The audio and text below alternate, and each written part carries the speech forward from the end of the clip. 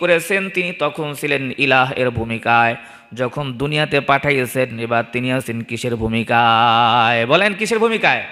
রবের ভূমিকায়। এ কারণে আলহামদুলিল্লাহি রব্বিল আলামিন, আলহামদুলিল্লাহি রব্বিল আলামিন। তাই শুরুতে যেহেতু তিনি ইলাহ এর ভূমিকায়, যখন কোনো কিছুই ছিল না সৃষ্টি করেছেন, তাই আল্লাহ দিয়ে শুরু করেছেন আলহামদুলিল্লাহ।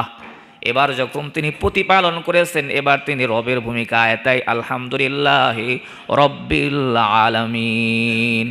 এবার মাঝে মাঝে বান্দা আবার গুনাহ করে, আবার আল্লাহ মাফ করে, আবার মাঝে মাঝে বান্দার রিজিকের প্রয়োজন হয়, কখনো গুনাহ ক্ষমা করার জন্য প্রয়োজন হয়, অনেক সময় বান্দার অনেক কিছুর প্রয়োজন হয়, অনেক সময় গুনাহ করে তাও আল্লাহ ধ্বংস না করে দয়া করে।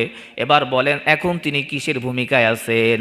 রহমান এবং রহিমের ভূমিকায়। সুবহানাল্লাহ বলেন। এখন আছেন কিসের ভূমিকায়? রহমান এবং রহিমের ভূমিকায়। আগে ছিলেন কিসের ভূমিকায়?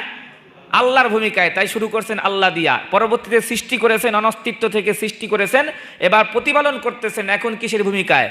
রবের ভূমিকায়। এখন প্রতিপালন করতে গিয়া তো অনেক সময় বাচ্চা পোলাপান, অনেক সময় সন্তান উল্টাপাল্টা করে ফেলে না, গুনাহ করে ফেলে, অনেক সময় অবাধ্যচারিতা করে, তাই বলে আল্লাহ ধমক দেয়া থাপ্পড় দিয়া মা বাবা তাকে মেরে ফেলে না। আল্লাহ বলেন রহমান এবং দয়ার চাদর দিয়ে তোমাকে যা আবৃত করে রেখেছি, এই কারণে এখন আমি কিসের ভূমিকায়? বলেন রহমান এবং রহিমের ভূমিকায়।